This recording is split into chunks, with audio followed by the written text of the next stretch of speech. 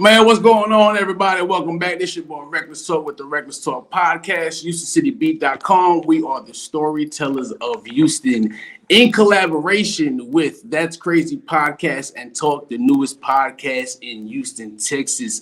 Man, I'm here with my boy Comedian Blue, my son Reckless Jr., and host of the newest podcast in Houston, my guy Chris. What's going on?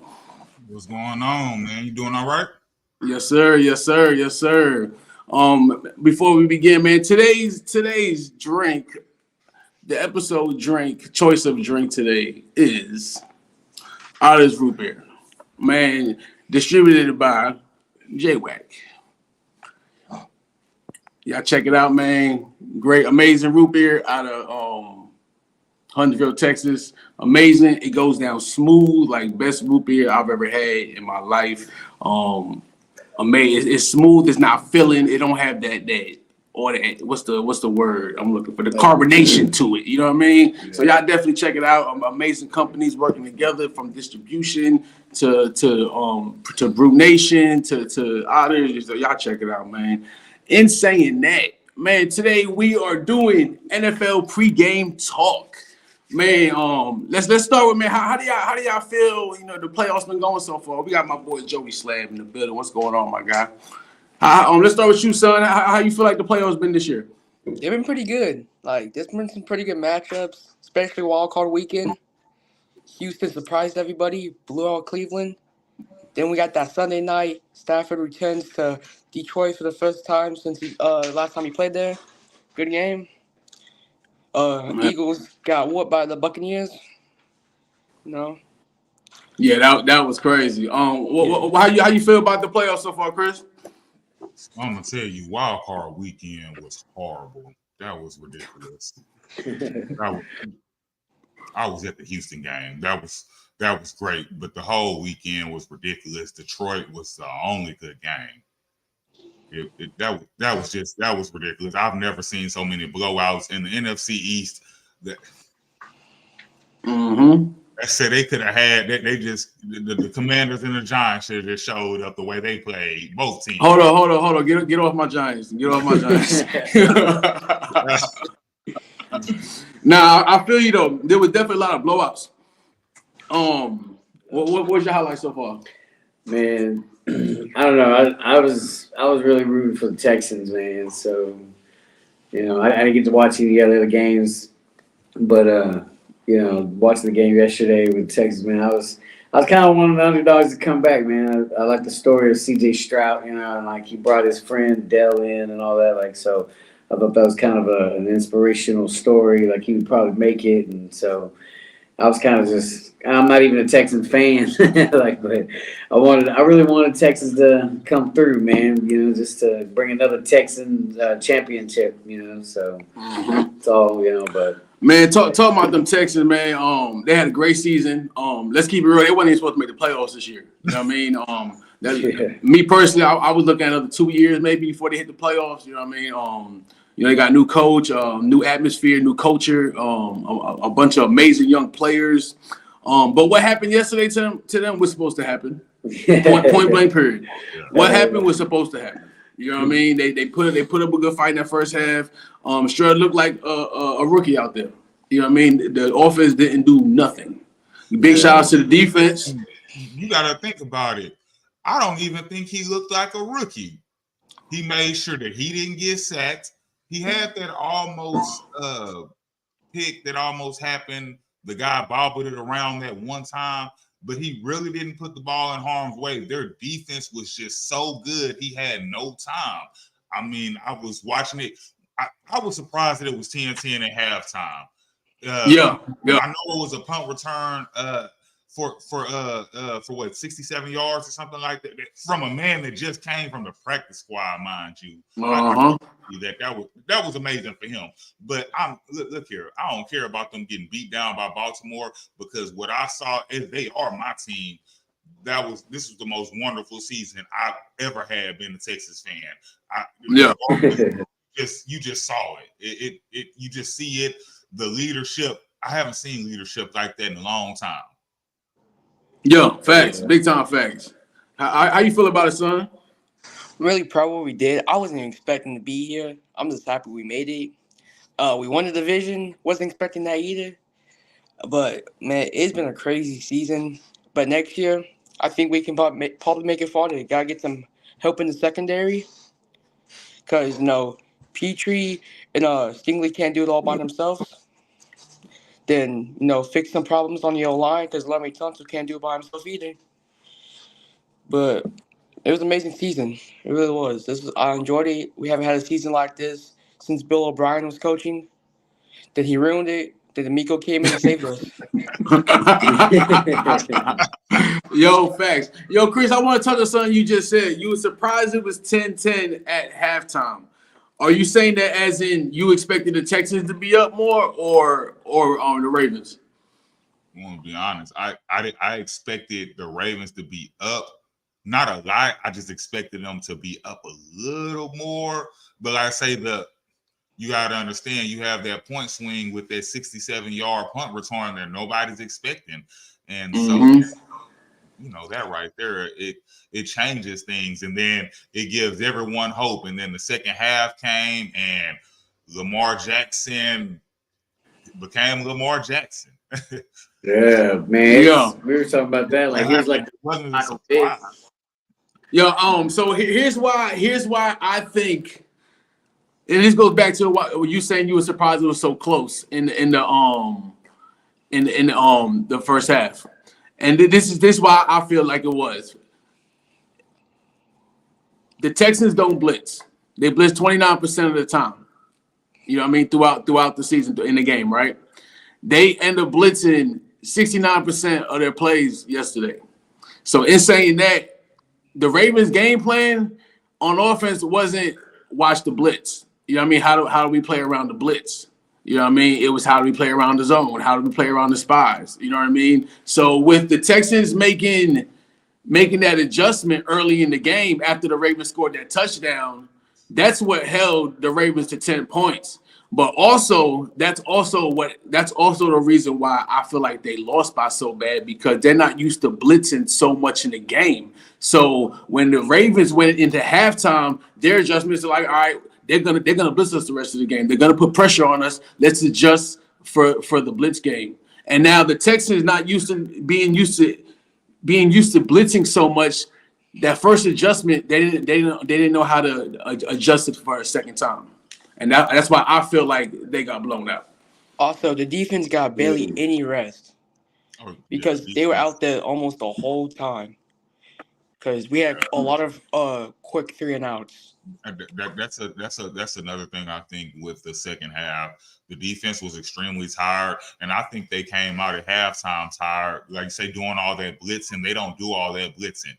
But the result was I saw Lamar Jackson get sacked 2 times before halftime from them blitzing that way. But I think it was cold. It was a lot of factors. It's cold, and then the offense isn't helping. Love Laramie Tunsil, but he false starts too much. Yeah. This is the only issue. His only issue. I did not realize how I'm not gonna lie to you. I did not realize how good this man was. I was like, why do you pay this man for? I understand. He has to fix. Like you don't think about how important a left tackle is, because that's what CJ can't see. So he is very important, and he just needs to clean up the flags, and they'll be fine.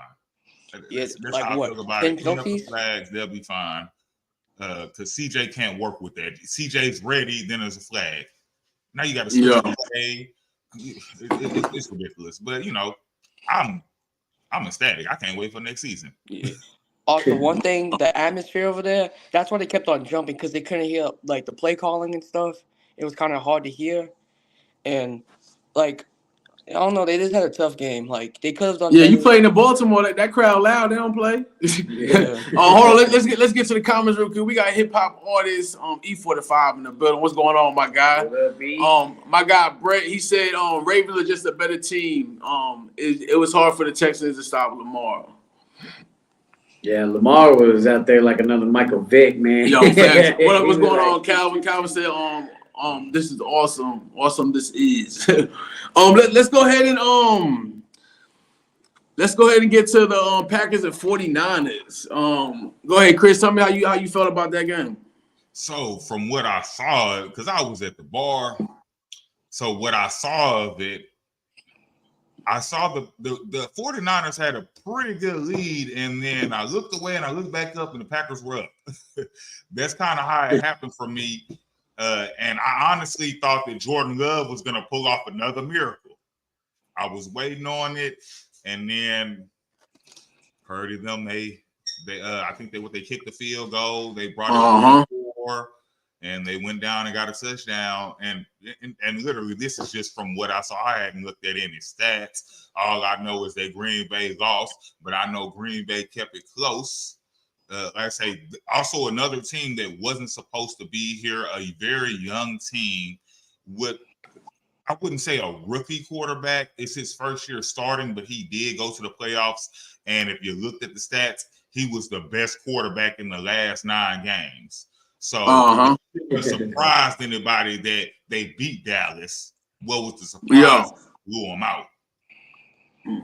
So I seen the game, and man, the Packers was doing their thing. You know what I mean? Like it wasn't one of those where the Packers was holding on and fighting to stay in it. Nah, the Packers was busting ass all game. It was a great ass game.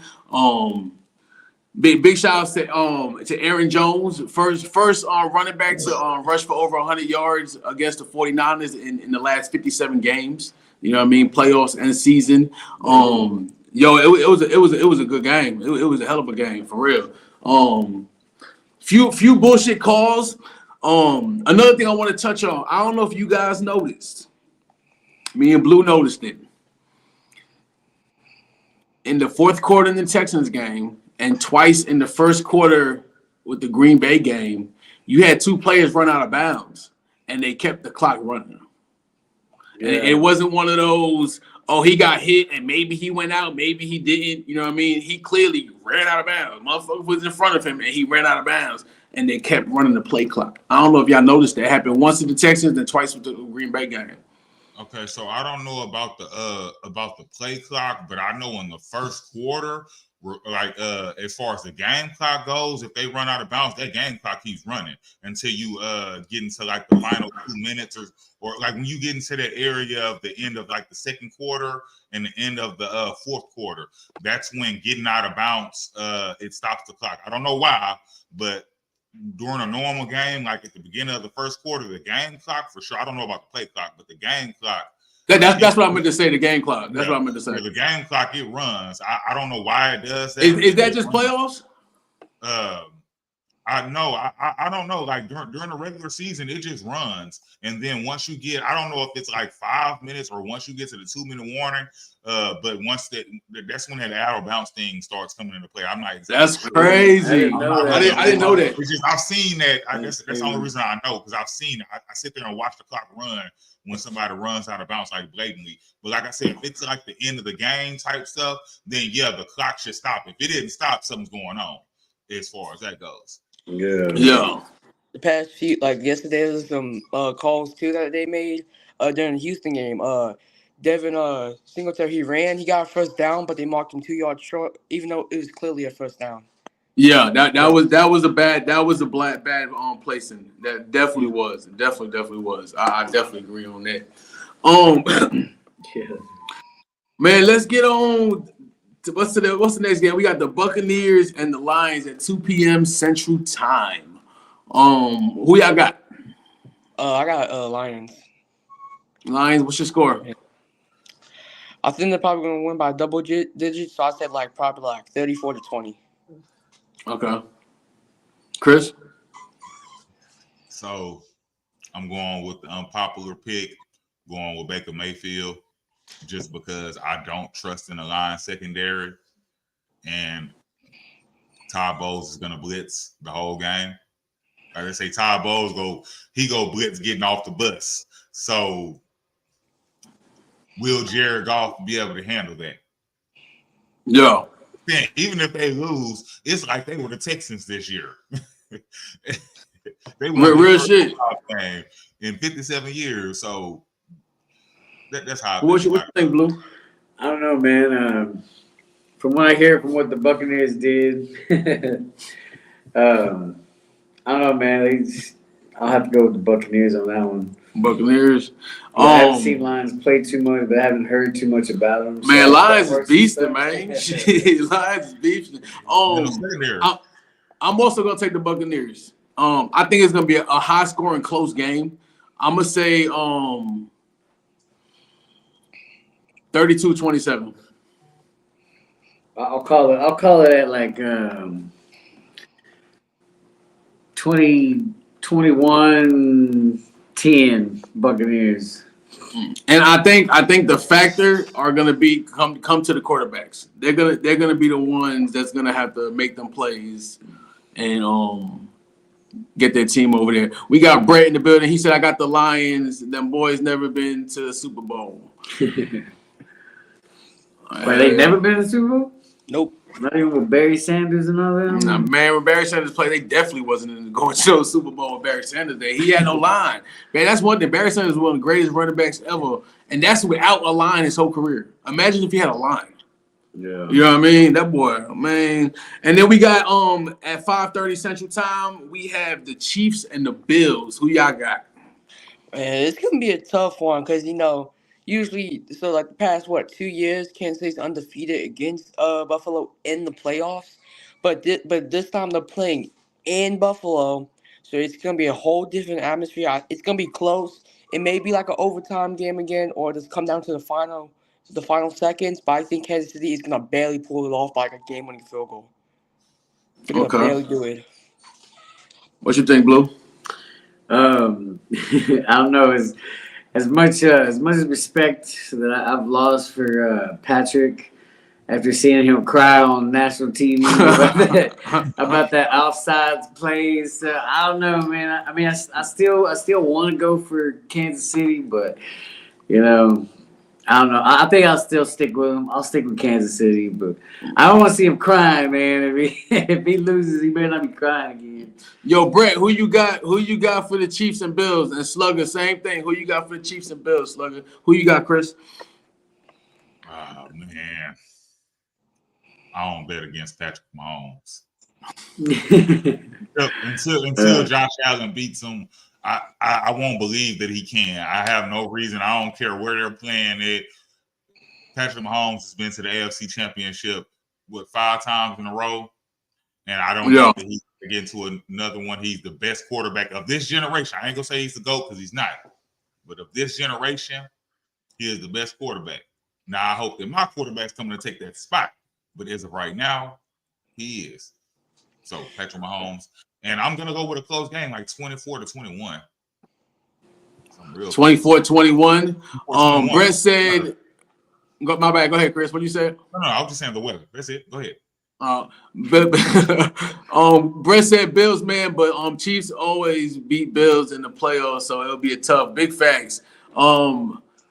He said I gotta ride with the Bills. Man, I don't know, man. I don't. For me, like you said, it's hard to bet against Mahomes. He's and everyone's calling this a rivalry. Let's get something clear right now. This is not a rivalry until the Bills beat Kansas City. You got to beat a team to make it a rivalry. Man, this is a hard one, man. This is a hard one. They're playing in Buffalo, if correct, right? In Buffalo. Mm-hmm. Yo, I'm gonna go with the Bills. I'm gonna take the Bills. I'm gonna take the Bills in a I'm gonna say a low scoring game. I'm gonna say 24-17. Yeah.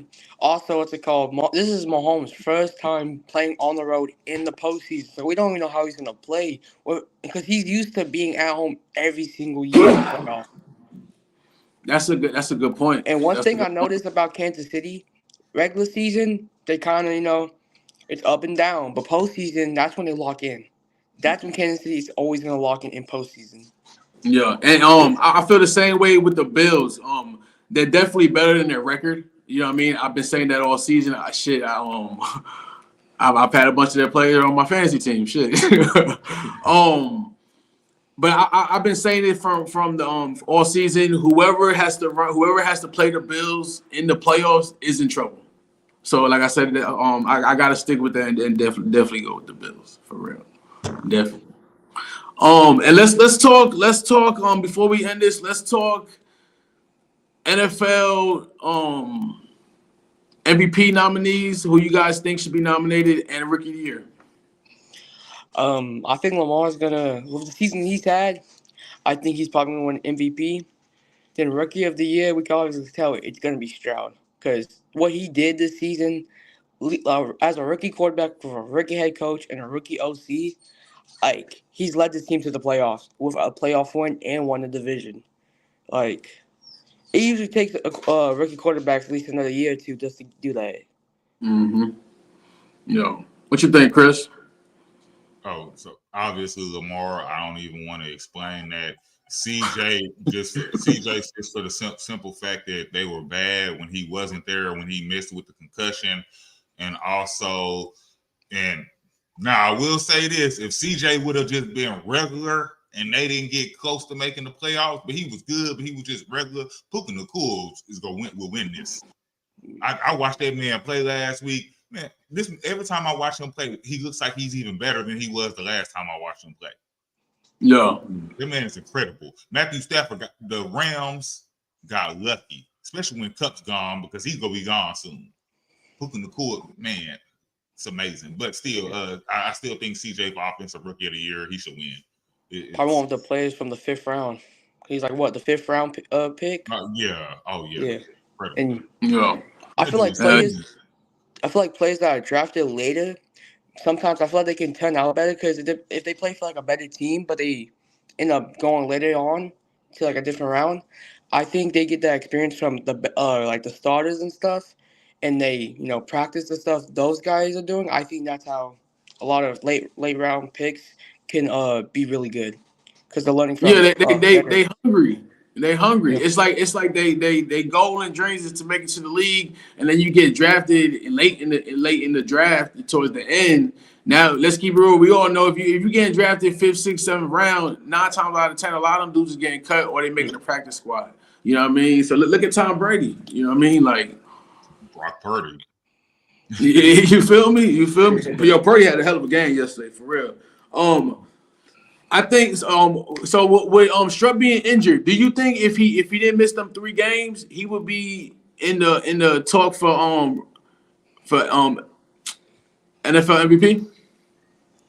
I think he could. And if they would have beat the Ravens, would he be in talk for NFL MVP?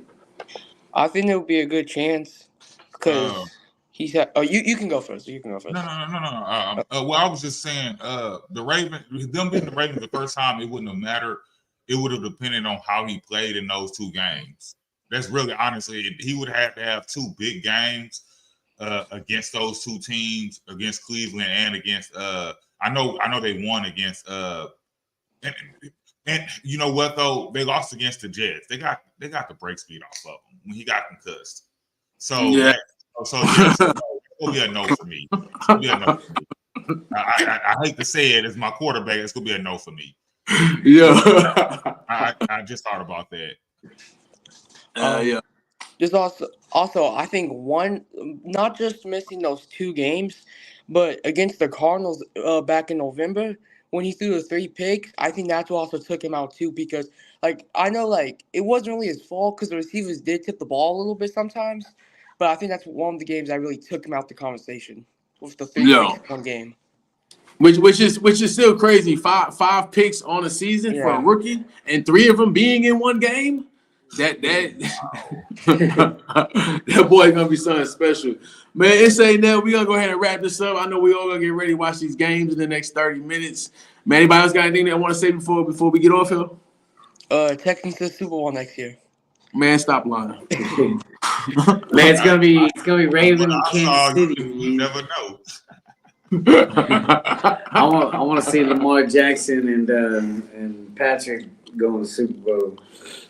That'd be a good game with Lamar Jackson on there. And, man, I'm telling you, man, he's gonna be the next Michael Vick looking dude, man.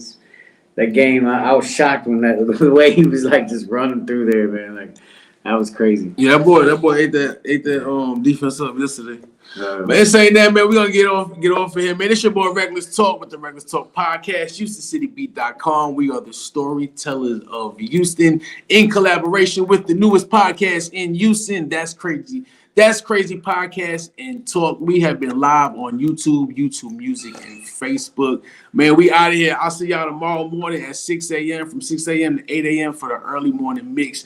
Yo, H-Town, stand